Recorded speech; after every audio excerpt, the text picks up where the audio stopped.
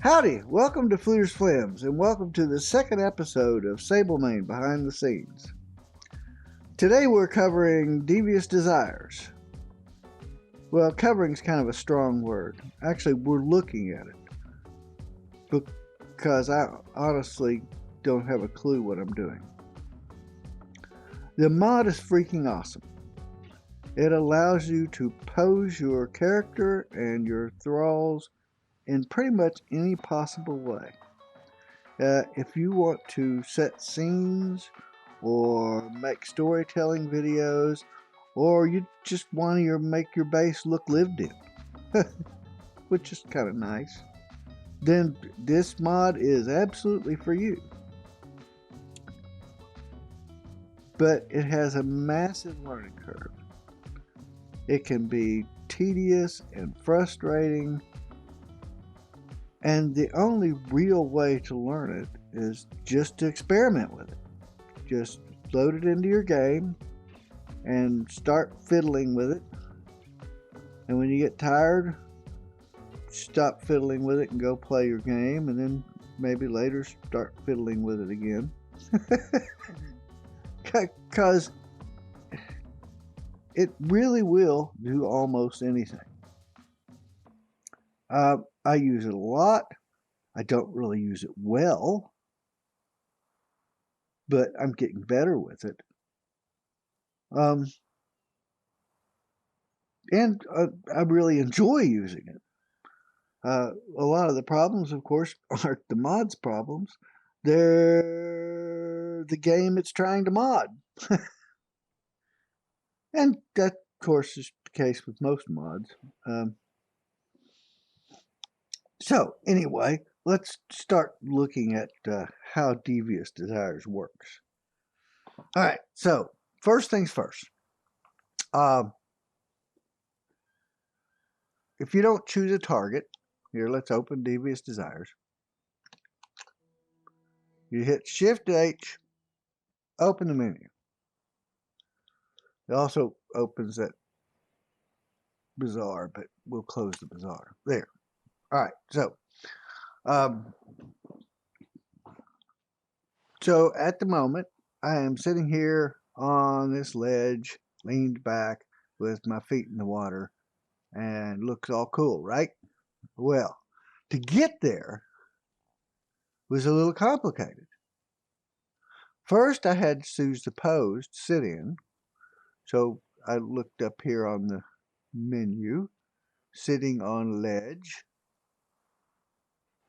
and I found one I thought looked cool. So we wanted to be leaned back with our hands out and our feet in the water. Well, okay, this doesn't actually put your feet in the water. Your feet stick straight out. So then I had to go and start fiddling with things like where my head was looking and where my legs are and whether my right knee was bent or my left knee was bent, or it's complicated. And it takes you a while. But the end result is not bad. It looks pretty good. So let's sort of learn how we got here by undoing it. All right, so first thing to do before we get up and break a leg trying to walk in this position, we're going to go back here to our leg position and we're going to reset it. Oh, wait, forgot to, see, again, I forgot to check both. Chain unlocks your legs so that both the left and the, if it's chained, the left and the right leg move together. If it's not chained, you can move them separately. So we'd fix that. Again, we'll hit reset. There. Okay. Somebody's killing somebody over there. All right. So I also had to adjust my head. So we're going to reset my head. And then I think that's pretty much it. Oh no, I had location too, so we're going to reset our location. where I moved me up and back and all over the place. So we're going to reset that. Oh, there we go. And now that we're all fixed, we're going to stop animations. And we'll stand up.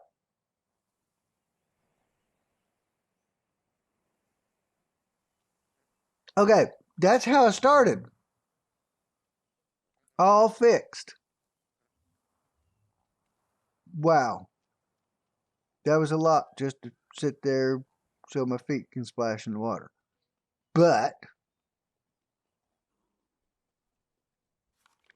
if I wanted to set a thrall there and have them sit there all the time, then going through all that and setting them there, and they'd just stay there in perpetuity for the rest of their lives with their feet in the water, and they'd never move and never change. And that's cool. So now we're going to look at a few of the other things I use on Devious Desires. Again, it's not the best, it's not great, but the only limitations are your imagination. And, you know, you can think of some pretty cool things to do.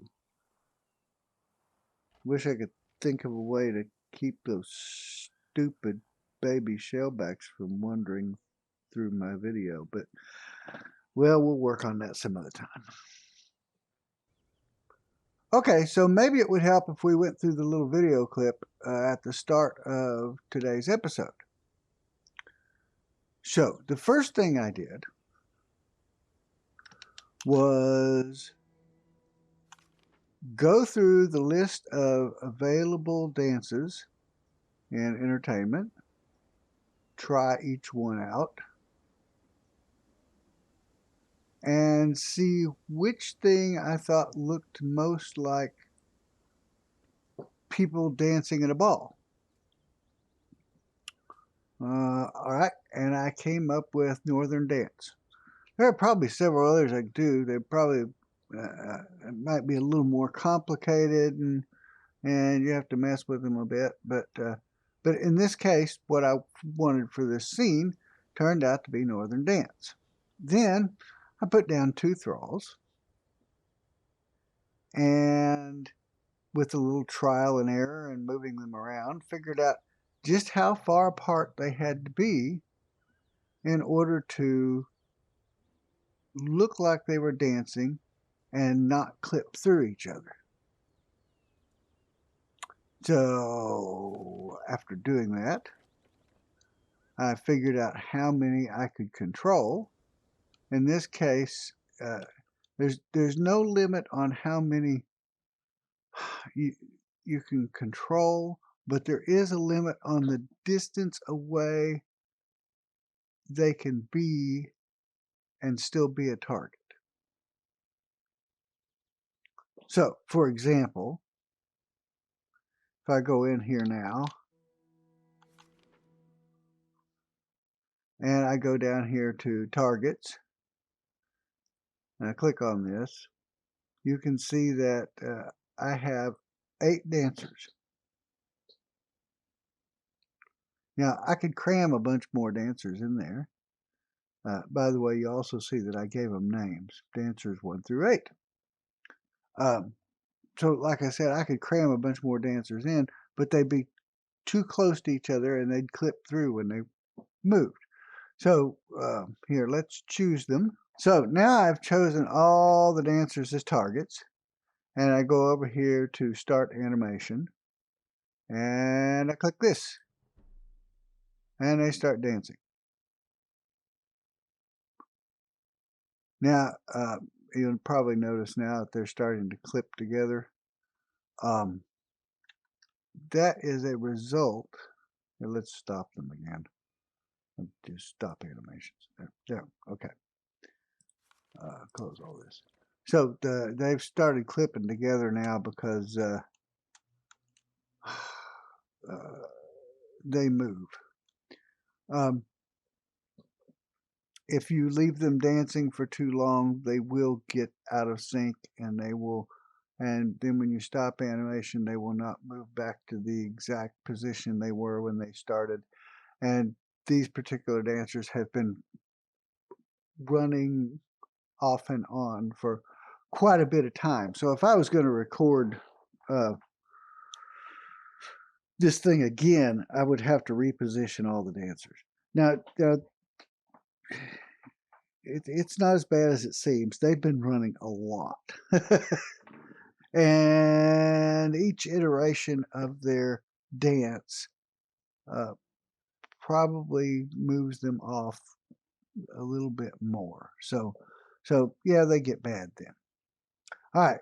Once I had decided how many dancers that I could have and still control them, and how far apart they had to be to look like they were dancing, then I built a dance hall around them. Basically, I had them on the floor, and then I just built the dance hall around them. All right, so need to set the scene. So then I decided to put a stage in, and we have flute players and lute players and fiddlers. So to do that, it's under entertainment dances, and there's play flute and play fiddle and play lute. Now, these particular animations, let's see, here, let's do this. Who can I select?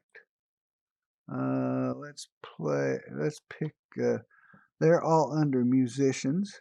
I've got 7 musicians. So let's take musician 7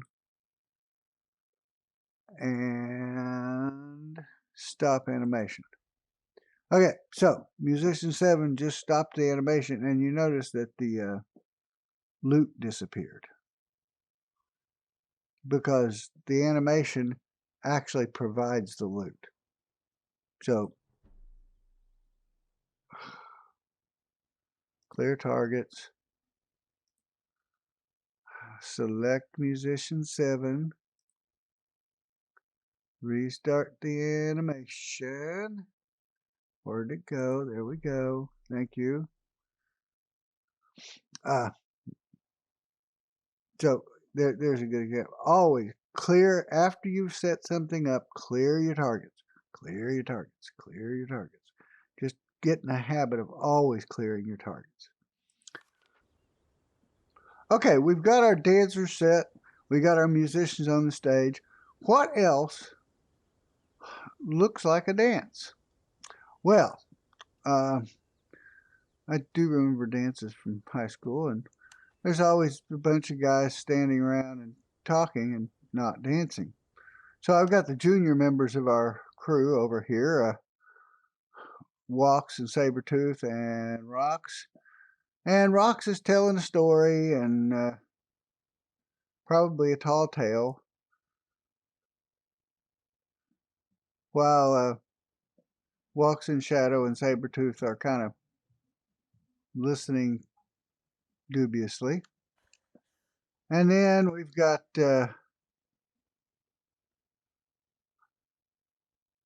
Aoife and Daffodil or Buttercup. I always get them confused. I'm never sure. And Aoife is over here bitching about something, and Daffodil is staring at Sabretooth and wishing he'd come and ask her to dance. And then I've got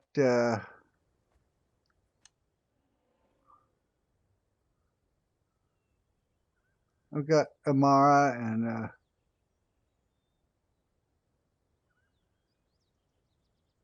Wind and Wave over here, and Wind's looking kind of like, you know, why am I not dancing with Wave?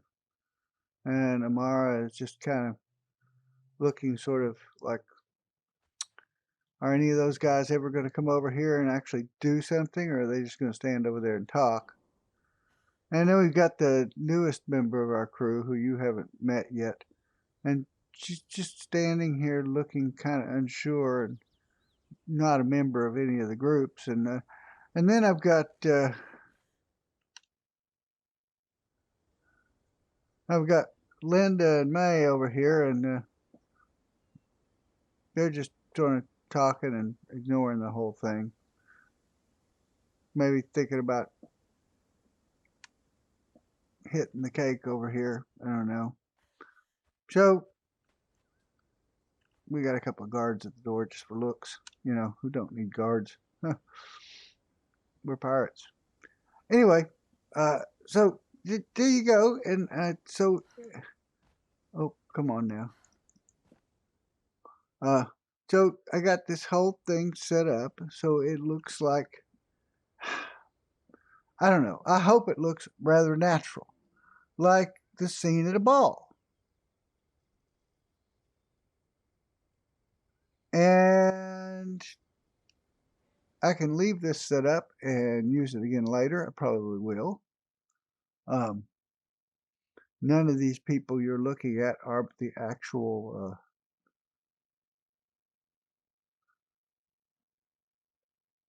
characters that I use in the game. In fact, this whole setup right here is on SIPTA. I'm not playing on SIPTA right now, so I find the Isle of SIPTA is a really good place to do extra filming. I don't know if you'd call it B-roll. I don't know, but yeah, kind of. Just little stuff that I want to do.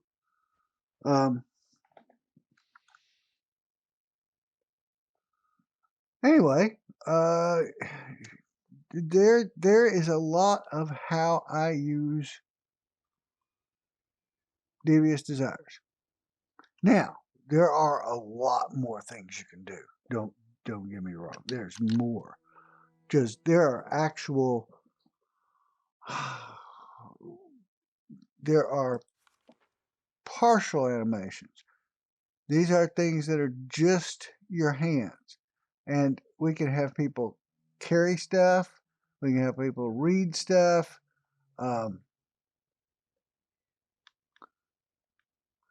We can have them put their hands over their head, all kinds of stuff. And then there's facial animations, which I don't usually use because most of the time I use very short animations. And, you know, the only thing you're doing is seeing somebody as you walk through. I don't know. Maybe we'll get more complicated as we go along. I don't know. But having angry eyes just or having somebody with some very weird smiles and stuff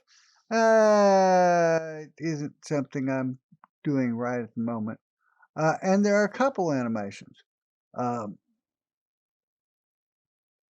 Not to mention there's an awful lot of very, very lewd stuff in here, which we don't use. But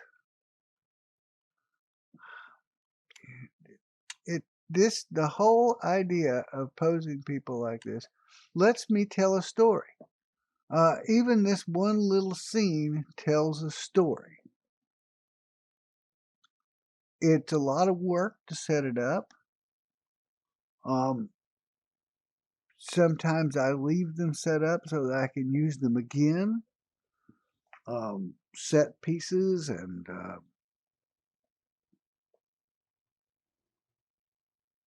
characters doing specific things. I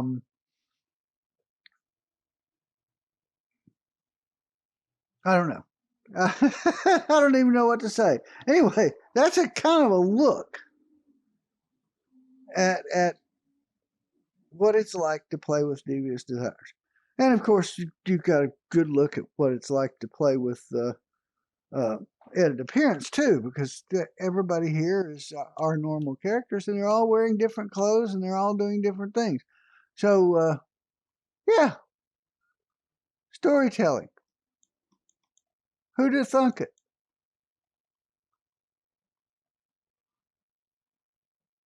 Playing a survival crafting game and telling a story. kind of a neat idea.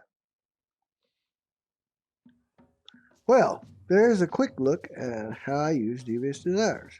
Most of the time, I come up with an idea, and then I fiddle with it until I get what I want. But that's the great thing about the mod, is most of the time, you can get what you want. It just takes a little bit of time and a little bit of effort. Next week, we've had a request to cover how I record and how I edit. It's liable to be a short video. Another thing that I really don't know much about.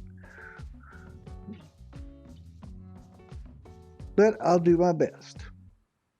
So until then,